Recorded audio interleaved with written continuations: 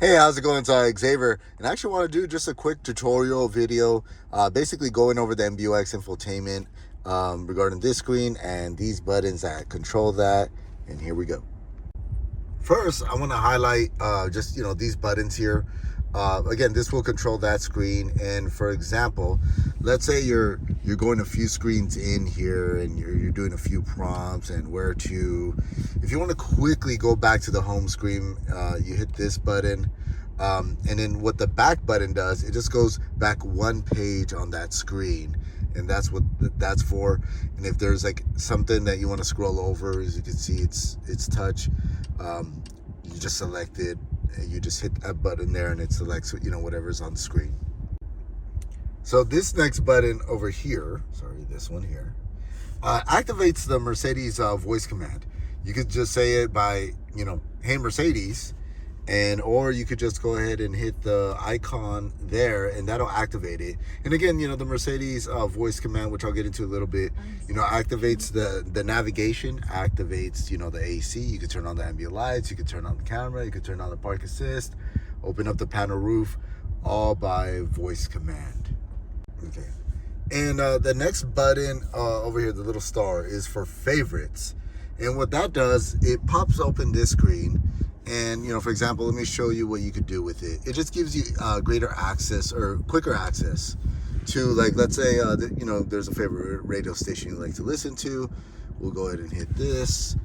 And then now, let me go home, right? Now, anytime you just hit the favorites, it'll actually pull it up immediately, so you can quickly go to that radio station and it already has it like pulled up. So it's just a quicker way of saving your favorites.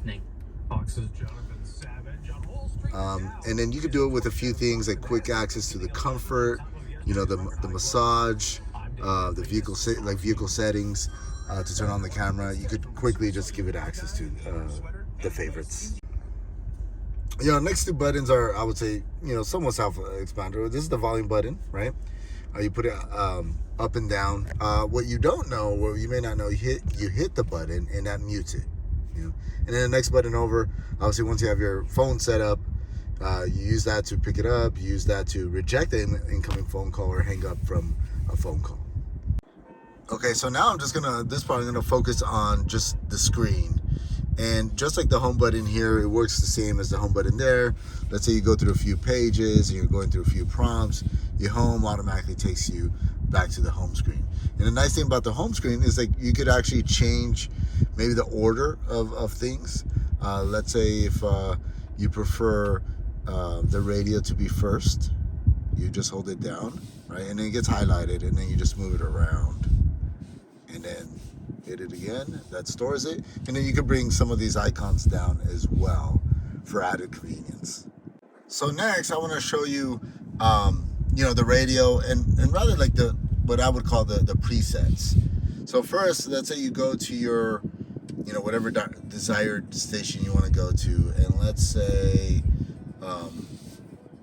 it's this station here, right?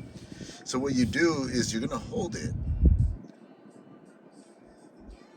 and then you're gonna see it got carried over to favorites. So what you're gonna do now, and I said 3 just for an example. You have quick access to your top stations that you listen to, and it's saved under favorites. That's really the best way to actually store the radio, and it gives you the quickest access to it. Okay, so I just clicked on the navigation screen. I'll show you like where it opens up to. Here, just a few things that you could change about the navigation part of it is you could change it to 3D, which I prefer using it. I think it, kind of helps better. And then the where to, nice thing about that, and then you put in the address. Nice thing about that, it does, use the information from Google and just kind of provides the most up-to-date address.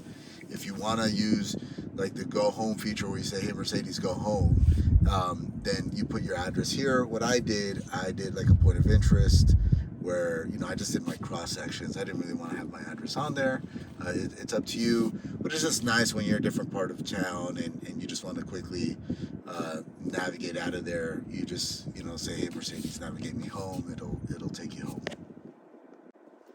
Next page is, the phone. Obviously, once you have your phone and its access, you can see, the most recent calls and your favorites. I usually go, really if I want to access this data, I just go on my physical phone. But if you're on the go, it'll give you access to it. Next icon is the media, and you would go to the media again. That would give you access. Like if you got music on your phone, you got Spotify. You go there and you get access to it. Again, that would be through Bluetooth as well. Also in media, there's a little small section here. You hit that, and that allows you to customize the sound with the Birdmaster sound system. You go to the equalizer, the balance and fader. You kind of adjust where you want the sound focus, just for your audio sound experience needs. But that's where you would go to change the sound settings on it. The next icon is the apps, and since we already have that set up, like let's say the Mercedes Me Connect, you would have you would go there if you're looking to add it. And also too, the car is a Wi-Fi hotspot. It is a T-Mobile subscription that you do have to pay for, but yes, you would be able to have internet access once you purchase the package. But that's where you would go to access that. Next is the comfort, which does at least two things. One, this is where you would go to change, the ambient light, the color, the brightness on it, and you would have, and also the car has seat kinetics, and what that's designed to do is it's designed to move the body as you drive, especially like on long road trips. What is it designed to do? Minimize, fatigue, minimize blood clotting, especially if you're like been sitting for a long time. It's designed to help with that. And for cars that are equipped with, the massage, you would gain access to it in the comfort screen. So just to let you know, your GLS, next screen here is the off-road. Your GLS is off-road capable fivehicle. You go here, and that gives you, all these kind of metrics, especially if you're doing some off-roading. Really what I kind of, find interesting is, you have the camera, so you kind of see under the car as you move. It'll start kind of recording, and you're seeing like what's under you. And again, that's for serious off-roaders, but that's where you go if you're doing some off-roading on the vehicle. This section, and my opinion, is for the people that are really into tracking the performance aspect of the vehicle. For example, info. You want to see, how much brake is being applied, how much acceleration is being applied, what angle of vehicle you're on. Next is letting you know how much horsepower is being used. You kind of see, I think it provides a cool looking metrics. You see how much horsepower is being used and torque, but that's where you would go to see that metric. The next icon is the vehicle settings. This is where you would go to maybe change some of the driver assistance package, to change like the open and closing of the doors, like how it operates when you lock the car. Is it an acoustic lock? Do you hear the horns? Which it'll not only does it just do the light, but it also like give a small little beep that's on it so you could hear it. But that's where you would go to change, again, some of the vehicle settings, some of the lighting, how long it takes for the light to go off. It's a good idea to, just kind of play with it and see what your desired, settings are. But this is where you'd go to change some of the vehicle settings.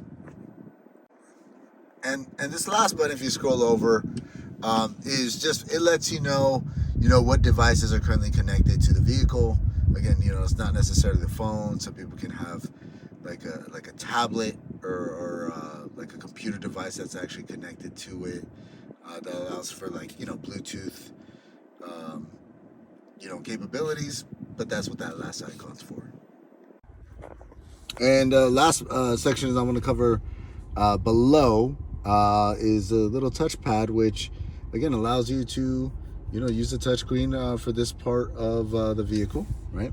And then also too, like if you're not into tech and voice command, you just hit that, turn on the camera, right?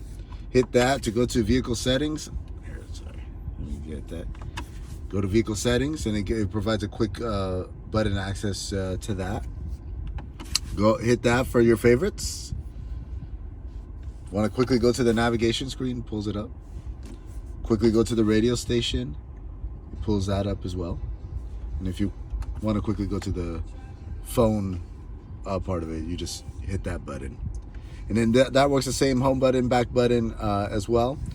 These two on each side, this is the dynamic mode, which allows you to put the car in sport, individual, off-road mode. The car will always start in comfort.